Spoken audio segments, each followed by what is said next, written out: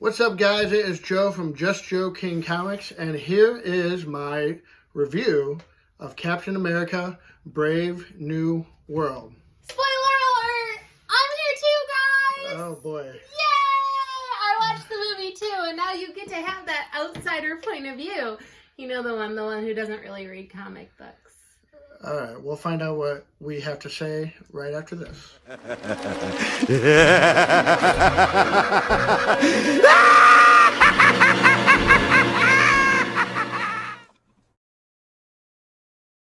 What's up, guys? Again, we just got done seeing Captain America: Brave New World, starring Anthony Mackie and Harrison Ford. And we got to give a little review since this is a comic book channel. So this does have some spoilers in this review. We went to a Cinemark theater, Perrysburg, Ohio. We had good dinner before that as well. We did. We went to Tequila's. Yes. Tequila's in Perrysburg. Mexican food, not real Mexican food, but it was delicious. Very good stuff, yes. So we were all full bellies, went in there with a good attitude. I kind of gave her a warning about the reshoots and the rewrites. And okay, hold on. Okay. Before we give the warnings, I was Googling this and Facebooking it, and I went in with it was a good action movie. That's all I needed to know. I know, right? I get so passionate. It was just supposed to be a good action movie. They were like, even if the storyline fails you, it's totally cool because you're going to see so much action that you're just going to be like, and I can deal with that. I can deal. And then I don't know if it's my age or my lack of sleep at night, but half of the movie, for me, I fell asleep twice. And for her... Let me just tell you, I was taking a very strong nap, and I take enough tranquilizers every night to kill a small cow.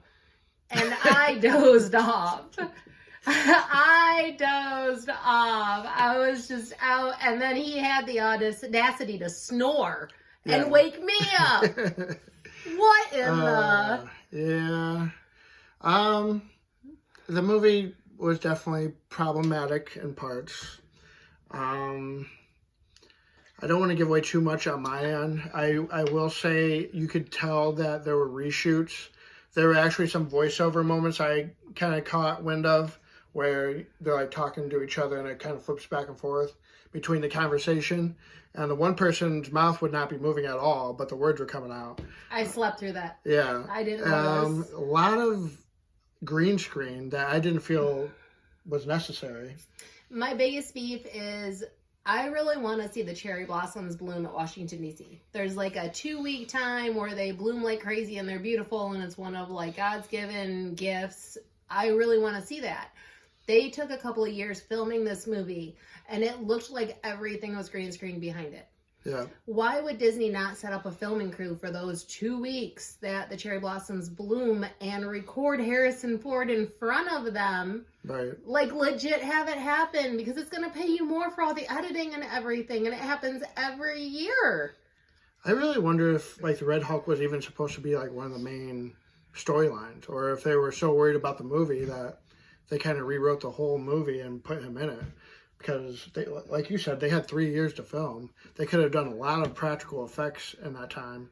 Instead, they wasted their money on tons of CGI that some of it looked terrible. I will say that the Red Hulk, when he appeared, Disney put all their money into that because that looked great. But then even the aftermath of the damage done in Washington, D.C., it looked terrible. You guys can't like make some prosthetic like trees and blossoms and dig up a road a little bit till it felt, I don't know, it was just... Okay, so let's go into the next idea. I don't read comic books. I don't know villains very well. I don't know any like second tier villains or heroes or anything. I know all the main ones. I can tell you who Hulk is and like, you know, Spider-Man, all that. If I leave the movie theater and there is a villain or a character that I don't know, I cannot refer back to them. That is a problem.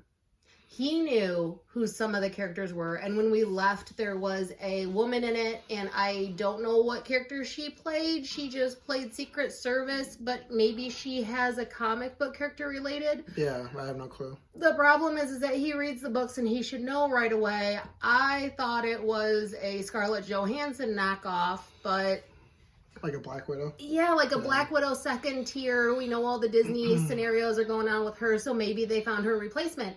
But it wasn't Black Widow, and her outfit didn't indicate anyone. And to me, she just worked for a Secret Service, but she just had some really badass skills. Yeah. That was it. I don't know if she's a character. I don't know anything. Right. And the villain of the character, the guy with the brain, I don't know what his name was. The leader, yeah. The leader. His name is the leader, and the initials for where he works is the CEO. Mind you, they never said that he was the leader.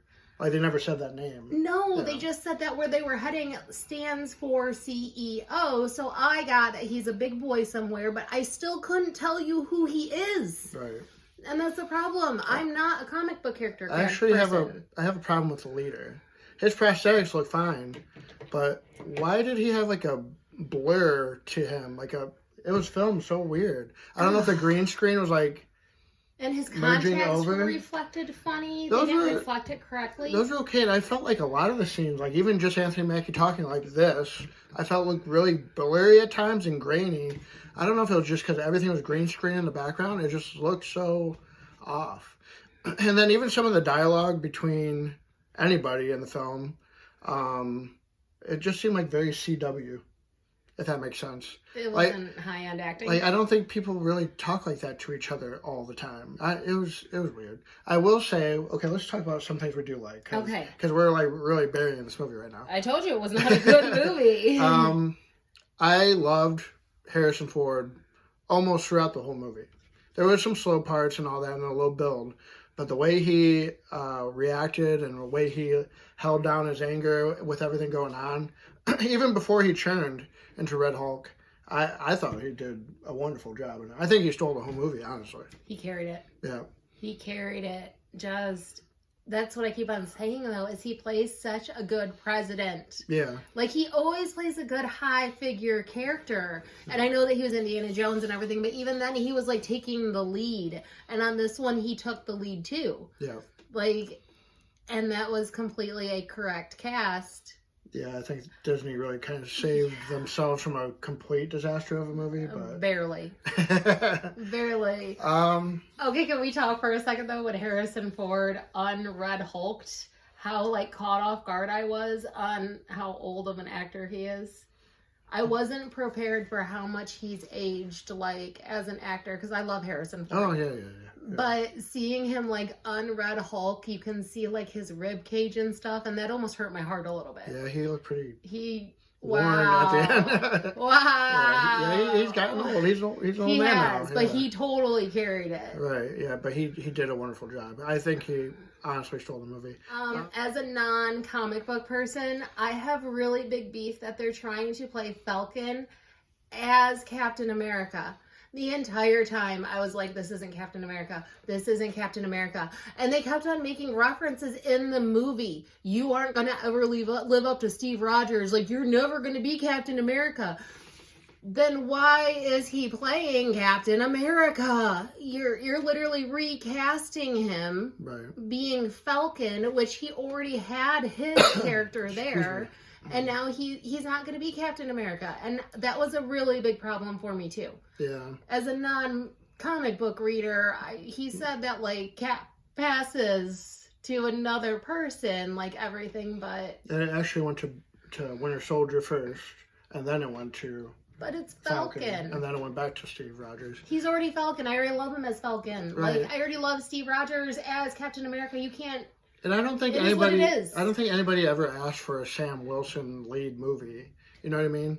And even Bucky, who has multiple appearances in MCU, he's sharing the screen with the Thunderbolts as well. He doesn't have his own lead movie. So it's just like, nobody's ever going to live up to Chris Evans, Steve Rogers. They're already established. I already know Falcon. I already know Bucky. I already love them. Right. Like, if you were to introduce a brand new character, if you were to be like, oh, this is, I don't even know, Captain Kangaroo, and he passed on the shield because he's so phenomenal and da-da, I don't already love that character. I don't care about that character until he just made an image on the screen. I already love Falcon being Falcon. Yeah. Like, I already love Bucky being the off-color And with the jerk. wings and everything, he basically still is, and it's like a weird... I don't want to call him Cap, though. Yeah. He's not Cap! Yeah. Ah! And that was kind of one of the themes of... That was kind of the theme of part of the movie. And that's another problem I had with it. is that with all the reshoots and the rewrites, there was like 3 main storylines, not side storylines. Like, they didn't know which direction they wanted to go exactly. They had the thing with Sidewinder, Carlo Esposito. Yeah. Which he got put in after Seth Rollins got booted. And then they had the whole, Red Hulk. And then they also had the leader thing, which was like a side thing too. It was just I never got the story on Sidewinder. What happened? He got hired by the leader. But I don't even know who that is. Like, they literally gave 0 details. They showed the symbol of the Serpent Society? Of the Serpent Society, which then you know, like, shit's coming, right? You're like, oh no, it's about to get real bad. And then they showed them, this is in the beginning of the movie, they showed them trying to get away with the stuff, and I still don't know who it is. There's no history for me. This guy literally got introduced on a bike for 32 seconds, and that was the end of that. Yeah. Like, I still have no details. It was very choppy. It was kind of sloppy. It was sloppy. It was sloppy boring. movie. I will say the latter half of it I liked. I really liked the last half of it. Some of the little details, I'm going to call him Falcon because that's who he is to me. Falcon's wings had Wakanda, what is it called? What's the purple? Vibranium on them. And I loved that reference. And I thought that was amazing to bring the 2 universes together. There were a couple little references that I definitely appreciated. Yeah. I mean, they weren't enough to carry the movie. No.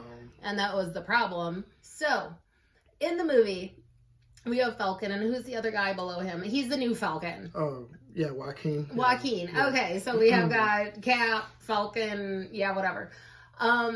Joaquin gets taken out in part of the movie, and he's in the hospital. So, Falcon is standing outside looking in on Joaquin, and somebody walks in the room. And he tells him it's a private room and to get out. And then we pan to the view, and it's Bucky. Okay, so Bucky is there, and he always has to have his arm on.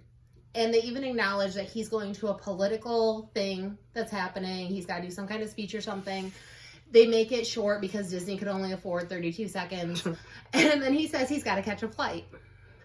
But his entrance in the movie, things are already going sideways, okay? So Falcon is on his own, Joaquin is in the hospital, and things are still going sideways nonstop. My biggest problem with that is, in all the Avengers movies, you have Nick Fury, right? Nick Fury gets wind that something is going on, and he's like, oh shit, something's happening, it's coming. And that's where we talk about getting the Avengers together. That's where he's like, oh, everything's getting ready to happen. Nobody saw this coming. Nobody. Bucky didn't have any indicator, even though, like, he's essentially the same level as the Avengers, and he's a political person. Which he should have a heads up. So he will have a double heads up, could not offer any assistance in the situation.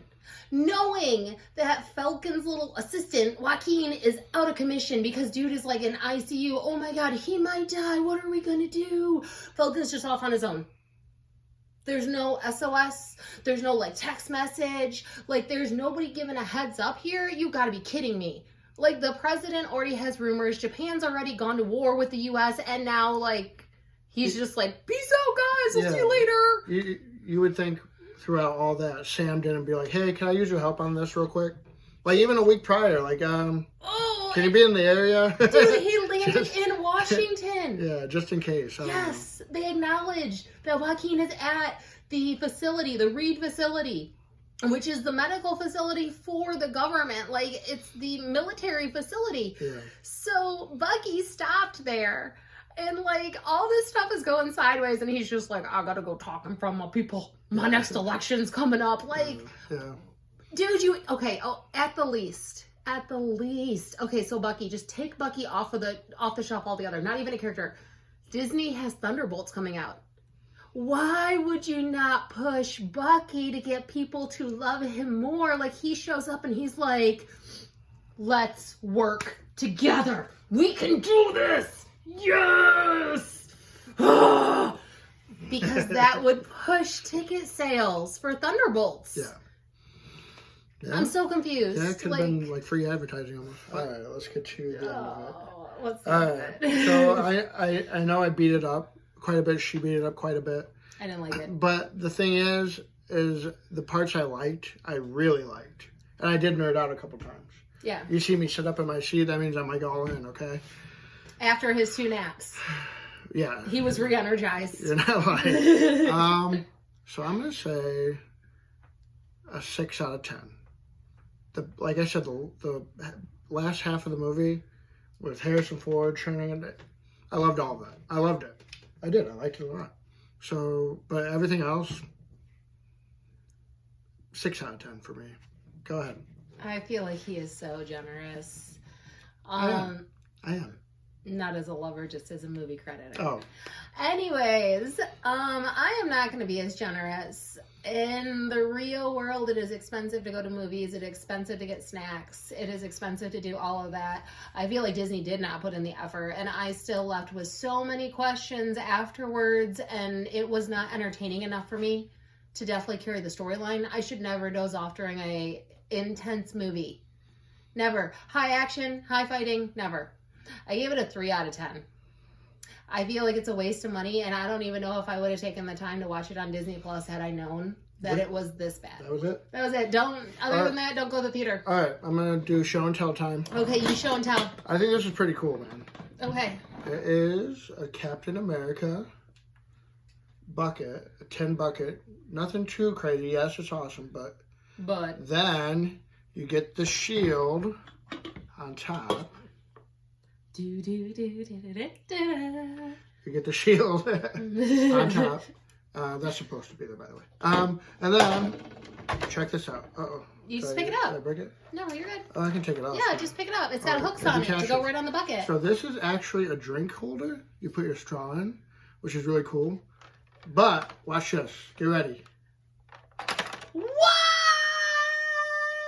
It takes flight. So it falls with style. This was only $25. They filled the bucket with popcorn.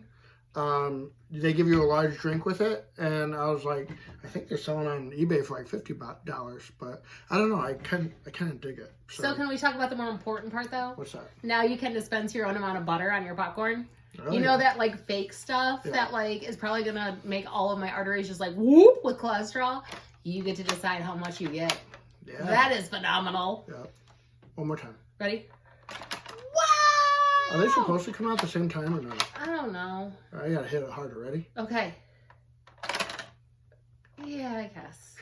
It's made in China. We're doing great. Anyway, I think that's one of the cooler popcorn buckets I picked up. All right. I think we're all set, right? Done deal. So 3 out of 10, 6 out of 10. Bwah, bwah. It's still a nice date night. It was a nice date night. So, yeah. And for Valentine's Day, it was kind of a perfect time to release a movie. So it was, and we got to take quality naps with each other, which never happens. Never. So, yes. All right, guys, that's our review on Captain America: Brave New World. Anything else you'd like to say? Happy Valentine's Day, guys. Oh, yes. Sorry, it's a day late. This upcoming weekend. Oh yes, Happy Valentine's Day. This coming weekend, we will be at the Great Lakes Comic Con. And unfortunately, we had the passing of a good friend who actually ran the Great Lakes Comic Con. He's really stuck his neck out for me and Brandy. So following this video, I'm going to show a little tribute to him. And yeah, we'll see you next time, guys. Yeah, so have a good night. Good night. Bye. Bye.